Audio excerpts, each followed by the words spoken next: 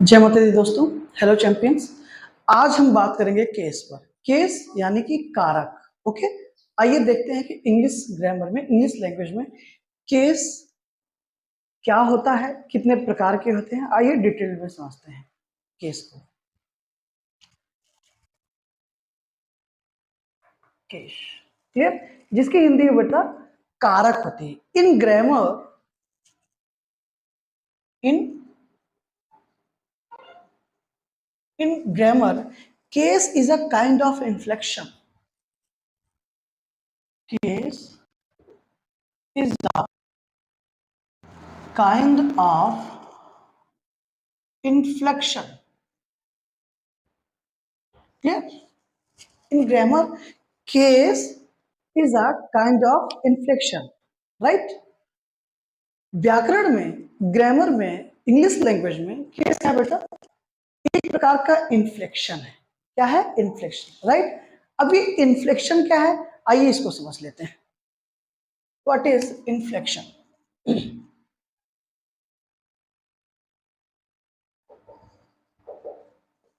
What is inflection? A change in the form of a word, right? A change in the form of a word, a change in the form of a word, typically the ending, typically the ending, typically मतलब बेटा आमतौर पर, typically the ending to express a grammatical function, to express a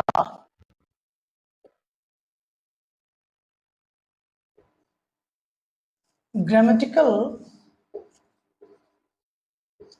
function, to express a grammatical function or attribute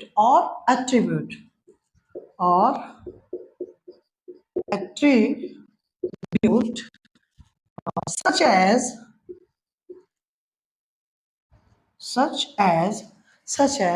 tense, mood, person, number, such as tense, mood,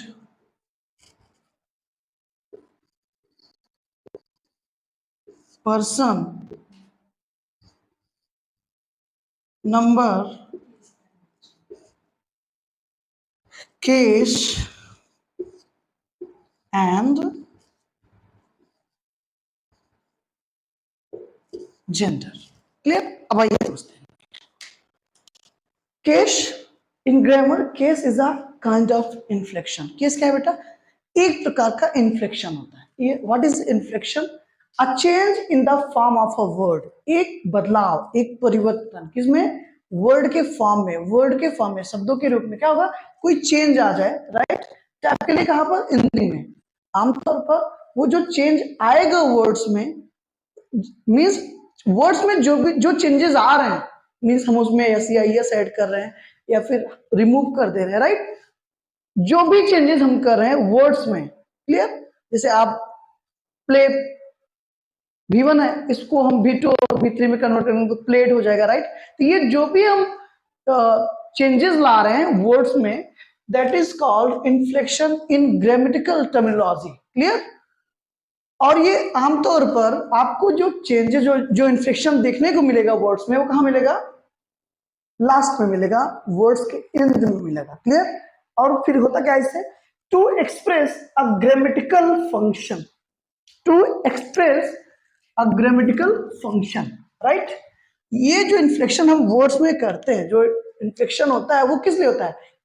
show करने के लिए, to show a grammatical function, और to express, express करने के लिए grammatical function को। Function is कार्य। Right? व्याकरणिक जो कार्य होंगे, मतलब जो भी यूजेस होंगे उसके, उस चीज को शो करने के लिए हमको इन्फ्लेक्शन लाना पड़ता है। राइट? आप अच्छे से जानते हो कि अगर हमको V2 की आवश्यकता है और वह हमारे पास V1 में है, तो विदाउट इन्फ्लेक्शन हम V2 नहीं लिख पाएंगे। क्लियर? जो भी वर्ड में हम चेंजेस ला रहे हैं वो इन्फ्लेक्शन कहलाता है। और एट्रीब्यूट, सॉरी, DUTE होगा यहाँ पे। क्लियर। एट्रीब्यूट से मतलब होता है उसकी प्रॉपर्टी, उसके गुण। क्लियर, कि इन्फ्लेक्शन आने के बाद जो उसकी प्रॉपर्टी, जो उसके गुण होंगे, उसको वो एम्फेसाइज करता है, उसको वो शो करता है, राइट। सच एज, ये इन्फ्लेक्शन मैक्सिमम आपको उसमें देखने को मिलते हैं, टेंसेस में मिलते हैं, राइट। अभी हमने बात करा, राइट, जैसे आपको V1 यूज किया आपने, फिर आपको V2 यूज करा, V3, without inflection it can't be possible, आप जानते हो अच्छे से, राइट। टेंस में, मूड में, पर्सन में, नंबर में, केस में, जेंडर में, पूरी इंग्लिश लैंग्वेज में आप जहां भी वर्ड्स में चेंजेस ला रहे हो, that is called inflection. Clear. And without using inflection, I think any word can't be properly, right. बहुत अच्छे से नहीं किया जा सकता उसको। इन्फ्लेक्शन बहुत जरूरी है लैंग्वेज में। क्लियर। आई होप कि आपको समझ में आ गया कि व्हाट इज इन्फ्लेक्शन। वर्ड्स में हम जो भी चेंजेस लाते हैं वो इन्फ्लेक्शन कहलाता है। और ये जो इन्फ्लेक्शन होगा वो आमतौर पर, टाइपिकली का मतलब आमतौर पर, विशेष रूप से कहाँ पे होता है, वर्ड्स के लास्ट में होता है, एंड में होता है, राइट। अब केस की डेफिनेशन आप देखो इन ग्रामर। ग्रामर में case is a kind of inflection. Case भी क्या है, एक प्रकार का इन्फ्लेक्शन ही है, जहां पर एक वर्ड को चेंज करके दूसरे रूप में लिखा जाएगा, उसकी फॉर्म चेंज की जाएगी। क्या चेंज की जाएगी, फॉर्म चेंज की जाएगी, याद रखिएगा, ठीक है। तो जब फॉर्म हम चेंज करेंगे तो उसमें इन्फ्लेक्शन होगा। तो केस क्या है, एक प्रकार का इन्फ्लेक्शन है। क्लियर। अब आइए इसके काइंड्स पर हम चर्चा करते हैं, राइट। अगर हम काइंड्स की बात करें, क्लियर, तो बेसिकली इसके 4 काइंड्स होंगे, राइट। पहला नॉमिनेटिव। क्या होंगे, नॉमिनेटिव। इसी नॉमिनेटिव का दूसरा नाम क्या है, सब्जेक्टिव। क्लियर। नॉमिनेटिव को हम क्या कहते हैं, सब्जेक्टिव कहते हैं। And the second one is accusative. Accusative. Clear. इसी एक्यूजेटिव को हम आप ऑब्जेक्टिव केस भी कहते हैं। क्या कहते हैं, ऑब्जेक्टिव केस कहते हैं। Clear. And the third one is generative. and the third one is genitive. Clear. Genitive means possessive, right? And the third one is genitive. और इसे जेनेटिव केस को हम आप क्या कहते हैं, पोजेसिव केस कहते हैं। क्या कहते हैं, पोजेसिव केस कहते हैं, राइट। और ये पोजेसिव केस शो क्या करता है, आप अच्छे से जानते हो, पोजेसिव केस 2 चीजें शो करेंगी। पहली चीज position, right, and the second one is relation. Clear. Position and relation. Position means अधिकार, रिलेशन मीन्स संबंध। पोजेसिव केस 2 चीजें शो करता है, अधिकार और संबंध। याद रखें, जिससे हमारा संबंध होगा उसी पर अधिकार होगा, ठीक है। तो पोजेसिव केस जो है, पोजीशन और रिलेशन दोनों शो करता है, राइट। We have 3 kinds. और एक लास्ट होता है, एक केस और होता है जिसको हम आप अभी पढ़ेंगे, वोकेटिव। क्लियर। जनरली, अच्छा, आमतौर पर आपको नॉमिनेटिव, एक्यूजेटिव और जेनेटिव भी मिलेगा, मींस सब्जेक्टिव, पॉजिटिव और पजेसिव, लेकिन वोकेटिव भी होता है। क्लियर। इसको हम देखेंगे आप, ठीक है। तो ये इसके काइंड्स है। अब यहाँ पर सब्जेक्टिव, पॉजिटिव और पजेसिव केसेस के बारे में आप समझ लीजिए। सब्जेक्टिव केस का सीधा सा मतलब है एक ऐसा वर्ड जो हमेशा सेंटेंस में किसके रूप में आएगा, यस, सब्जेक्ट रूप में। क्लियर। ऑब्जेक्टिव केस का मतलब ऐसा वर्ड जो हमेशा किस केस में आएगा, ऑब्जेक्टिव केस में आएगा, मींस वो हमेशा किसका फंक्शन करेगा सेंटेंस में, यस, ऑब्जेक्ट का। क्लियर। अब पजेसिव केस में जो वर्ड्स लिखे जाएंगे वो या तो पोजीशन शो करेंगे या तो रिलेशन शो करेंगे। क्लियर। आइए इनको समझते हैं।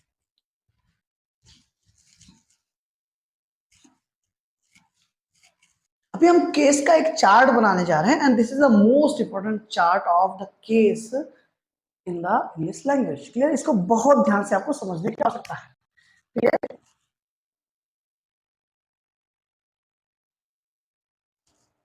सॉरी, यहां मैं चार्ट लिख देता हूं, राइट। और ये चार्ट किसका, केस का है। First one is nominative case, क्या कहते हैं, सब्जेक्टिव केस कहते हैं, right. and the second one is objective, clear, and the third one is possessive case. और ये जो possessive case होगा इसके दो पार्ट होंगे. कितने पार्ट होंगे? दो पार्ट होंगे, राइट. पोजेसिव केस बेसिकली इसके दो पार्ट होते हैं, जानते रहेगा. एक होता है पोजेसिव एडजेक्टिव और एक होता है पोजेसिव. क्लियर? आइए देखिए. अच्छा, ये जो केस अब बनेंगे नाउन के भी बनते हैं, प्रोनाउंस के भी बनते हैं. और प्रोनाउंस में किसके बनेंगे? पर्सनल प्रोनाउंस के. Clear? For example nominative case में सब्जेक्ट रूप में अगर प्रोनाउंस की आप बात करें तो जैसे आई हो गया, हमेशा आई का मतलब क्या? ये सब्जेक्टिव केस है, समझ लीजिएगा. आई का मतलब सब्जेक्ट मीन्स ये सब्जेक्टिव केस है, right. Subjective case nominative case का मतलब वो सब्जेक्ट के रूप में आएगा हमेशा सेंटेंस में. Clear? I, we, you, they, he, she, it. अब आइए देखते हैं नॉमिनेटिव केस में, यानी कि नॉमिनेटिव केस को हम सब्जेक्टिव केस कहते हैं. उसमें क्या लिखा हमने? I, we, you, they, he, she, it. अब आइए देखिए, आई का ऑब्जेक्टिव केस क्या होता है? मी होता है. बी का अस होता है. यू का यू ही होता है. यू का ऑब्जेक्टिव केस भी यू ही होता है.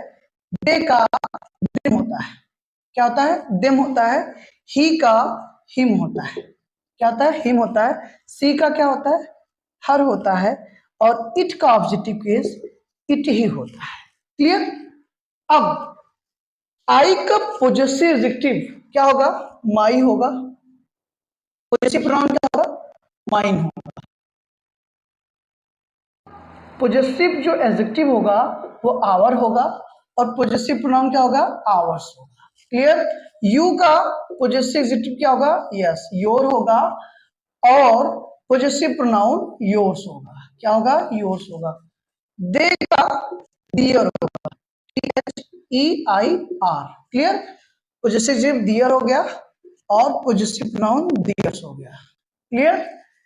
ही का हिज होता है पोजेसिव एडजेक्टिव और पोजेसिव प्रोनाउन भी हिज ही होगा. सी का पोजेसिव एडजेक्टिव हर होता है और पोजेसिव होगा.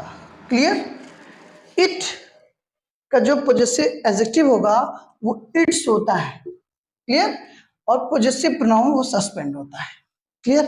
क्योंकि अभी तक इंग्लिश लैंग्वेज में इट का पोजेसिव प्रोनाउन यूज नहीं देखा गया है. तो कुछ ग्रामरियंस मानते हैं इसका यूज है ही नहीं, तो उसको लिखने की कोई आवश्यकता हमको नहीं है. वो हमेशा सस्पेंड होगा, राइट. तो इट में ध्यान दीजिएगा, पोजेसिव प्रोनाउन नहीं होगा, उसका सिर्फ पोजेसिव एडजेक्टिव होगा जो कि इट्स होता है. क्लियर? ये एक बार आप चार्ट अच्छे से देख लें इसको. प्लीज आप स्क्रीनशॉट ले लें या फिर आप नोट्स डायरेक्ट बना सकते हैं. There is no problem at all. Clear? इसको आप अच्छे से समझ लें. और ये बहुत जरूरी है. आप अभी टेंस इसका टेंसेस में यूज होगा, specially in the case of narration and voice. Narration और वॉइस आप इसके बिना नहीं कर सकते हो. क्लियर? तो प्लीज इसको समझें आप, और ये आपको एकदम मगअप होना चाहिए. Means on your tongue. Clear? आपकी जीवा पे होना चाहिए ये. ओके. अब इसी में थोड़ा सा हम आप बात कर लेते हैं.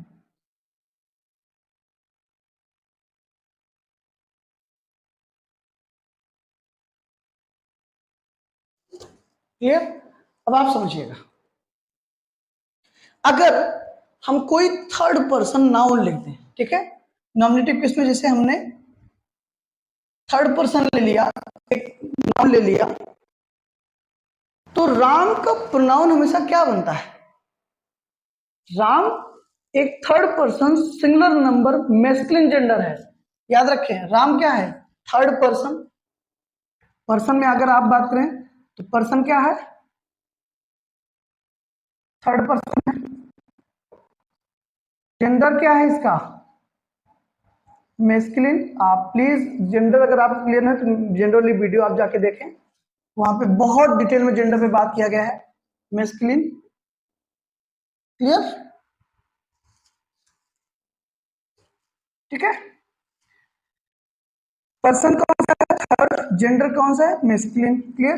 तो राम क्या है, थर्ड पर्सन मेस्कुलिन जेंडर है, और third person masculine gender number क्या होगा इसका, आप अच्छे से जानते हो, राम एक सिंगल पर्सन है, एक सिंगल व्यक्ति है, राइट, अकेला आदमी है, तो हमेशा उसका नंबर क्या होगा, एक वचन मीन सिंगल, राइट, क्या, सिंगल। अब आप देखिए Ram third person masculine gender singular number, तो थर्ड पर्सन मैस्कुलिन जेंडर और सिंगुलर नंबर का जो प्रोनाउन बनता है वो क्या बनता है, ही बनता है, क्लियर।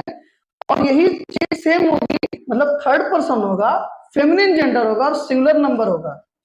जैसे अगर हम बात करें सरला, क्या, सरला, तो पर्सन में सरला क्या है, यस, थर्ड पर्सन है, क्लियर। जेंडर की बात करें, जेंडर क्या है सरला का, फेमिनिन, राइट, स्त्रीलिंग है, राइट, फेमिनिन है, क्लियर। नंबर की बात करें तो ये भी क्या है, सिंगुलर है, क्या है, सिंगुलर है, क्लियर। अब third person feminine gender singular number कौन होता है, सी होता है, क्लियर था, सी। तो जो ऑब्जेक्टिव केस ही का था वही किसका होगा, राम का।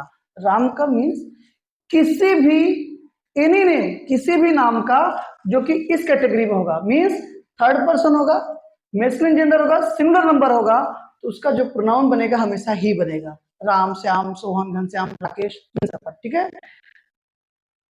थर्ड पर्सन है, जेंडर उसका फेमिनिन है, नंबर उसका सिंगुलर है, तो हमेशा उसका प्रोनाउन क्या बनेगा, सी। जैसे सरला, सीता, गीता, रेखा, इन सब का प्रोनाउन क्या बनेगा, सी बनेगा।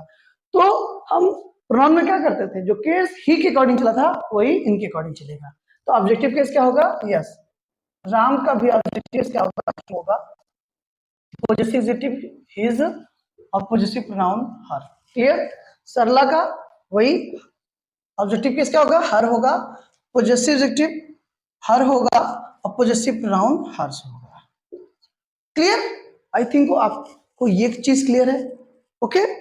अब इसमें एक चीज और है, उस पर बात कर लेते हैं। ये जो नाउन आए थे अभी, ये सारे के सारे जो नाउन थे वो सिंगुलर थे, राइट। अगर मान लीजिए कोई प्लूरल नाउन आ गया, राइट, जैसे हमने लिख दिया यहां पर राम एंड श्याम,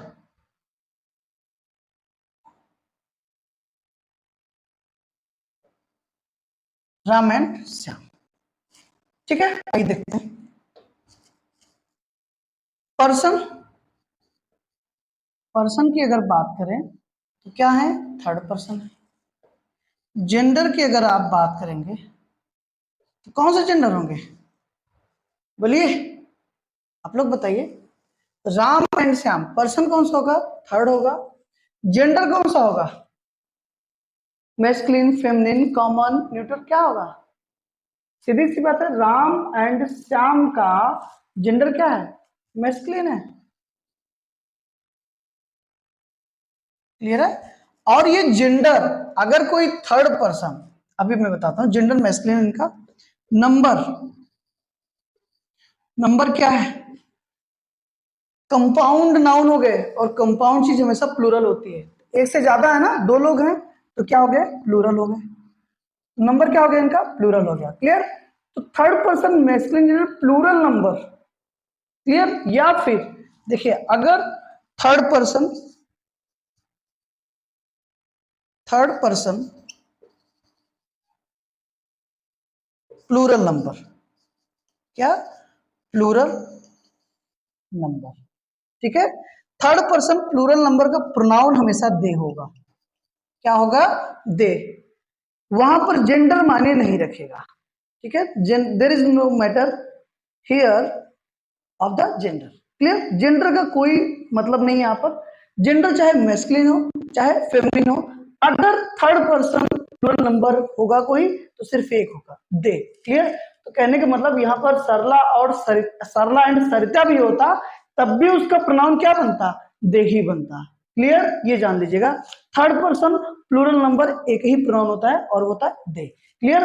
तो मीन्स जो हम आप रन कराएंगे चाहे वो कोई फेमिनिन जेंडर हो चाहे मेस्कुलिन जेंडर हो, अगर वो थर्ड पर्सन प्लूरल नंबर है तो उनका प्रोनाउन क्या बनेगा? दे बनेगा। क्या बनेगा? दे बनेगा। क्लियर? उनका प्रोनाउन दे होगा। तो ऑब्जेक्टिव केस क्या होगा? उनका देम होगा। पोजेसिव बिल्कुल सही, दियर होगा। और पोजेसिव प्रोनाउन दियर्स होगा। क्लियर? आई होप कि आपको ये जो केस की जो चार्ट है वो पूरा केस का चार्ट आपको बहुत अच्छे से समझ में आया होगा। क्लियर? अब आइए हम नेक्स्ट केस देखते हैं and that is vocative case. Clear?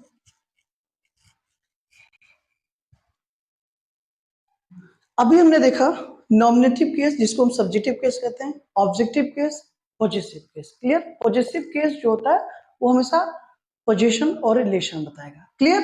अब इसमें एक चीज थोड़ी सी और नोटिस करने वाली बात है पॉजिटिव केस में, पहले उसको समझ लेते हैं फिर वोकेटिव केस देखते हैं। पॉजिटिव केस में दो चीजें होंगी, एक पॉजिटिव एडजेक्टिव होगा और एक पॉजिटिव प्रोनाउन होगा। राइट? ध्यान दीजिएगा, जो पॉजिटिव एडजेक्टिव होता है, right, after positive adjective we use noun. ये हमेशा क्या कैरी करेगा? नाउन। बाद क्या होना चाहिए? नाउन होना चाहिए। क्या होना चाहिए? नाउन। लेकिन पॉजिटिव प्रोनाउन के बाद नाउन का होना जरूरी नहीं है। क्लियर? फॉर एग्जाम्पल, जैसे अगर मुझे कहना है कि यह मेरी कलम है, राइट, तो मैं बोलूंगा this is my pen. This pen is mine. Clear? This pen is mine. अब देखिए माई क्या है? आई का पॉजिटिव एडजेक्टिव है। आई का पॉजिटिव एडजेक्टिव है। पेन क्या है? नाउन। क्लियर? तो हमेशा याद रखें पॉजिटिव एडजेक्टिव बाद हमेशा कोई ना कोई नाउन आएगा। पॉजिटिव एडजेक्टिव नाउन कैरी करता है, जबकि पॉजिटिव प्रोनाउन कोई नाउन कैरी नहीं करेगा अपने बाद। क्लियर? माइन, अच्छा मीनिंग सेम कन्वे है, मीनिंग सेम होगा, मेरा मेरी मेरे ही आएगा दोनों का, माई का भी और माइन का भी। जो भी पॉजिटिव एडजेक्टिव होंगे या जो भी पॉजिटिव प्रोनाउंस होते हैं उनके मीनिंग में बहुत ज्यादा अंतर नहीं था, कोई अंतर नहीं होता है। राइट? क्लियर?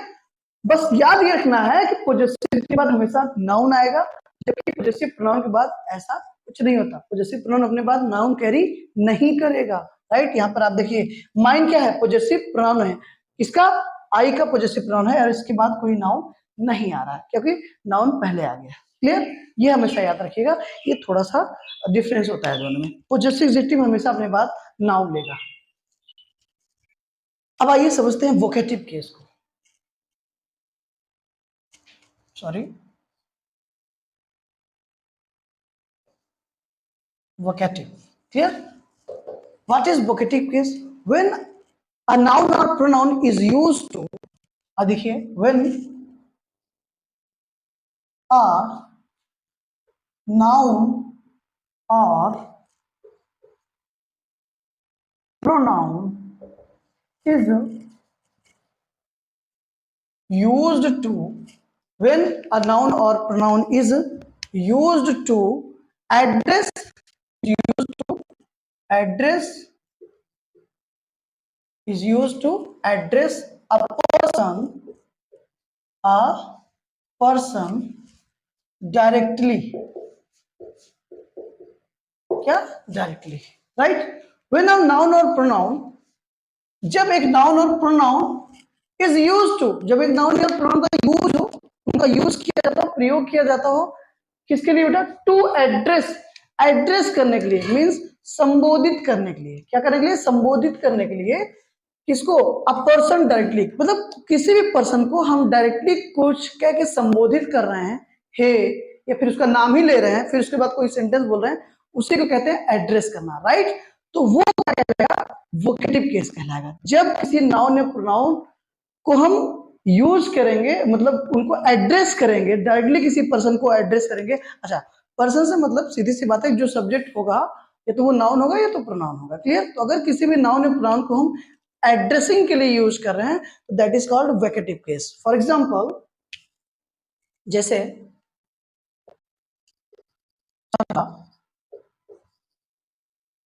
कम हियर, सरला यहां आओ, ठीक है। दूसरा सोहन, सोहन वोकेटिव केस के बाद कॉमा जरूर होगा, क्लियर। जिसको आप एड्रेस कर रहे हो वही हमारा वोकेटिव केस कहलाएगा। तो यहाँ पर सोहन, सरला और सोहन क्या है, वोकेटिव केस, ठीक है। इनको हम एड्रेसिंग के लिए यूज किए हैं, इसके लिए एड्रेसिंग के लिए, याद रखिए, एड्रेसिंग के लिए, क्लियर। वोकेटिव केस क्या करेगा, एड्रेस करेगा किसी को। तो यहाँ पर हम किसको एड्रेस कर रहे हैं, किसको संबोधित कर रहे हैं, सरला और सोहन को। तो जैसे हमने कहा, Sohan will you play, will you play chess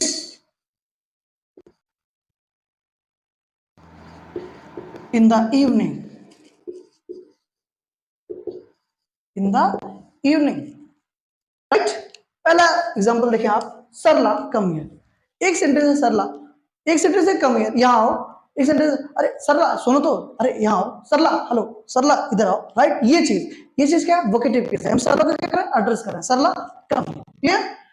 फिर हमने कहा सोहन, अरे सोहन सुन यार, Sohan hello, Sohan will you play chess with me in the evening, क्या तुम मेरे साथ शाम को क्या खेलोगे, चेस खेलोगे। तो हम किसको एड्रेस करते हुए पूछ रहे हैं सवाल, किसको एड्रेस किया हमने, सोहन को, राइट। तो ये जो हम एड्रेसिंग करते हैं किसी भी नाउन या प्रोनाउन को, that is called vocative case, vocative case. I think case आपको पूरी तरीके से क्लियर होगा, and this is the full and detailed explanation of case, clear. फिर भी if you have any kind of problem, feel free to contact me to tell me about your problem, clear। And we will meet in the next video. Till that, thank you so much, thank you.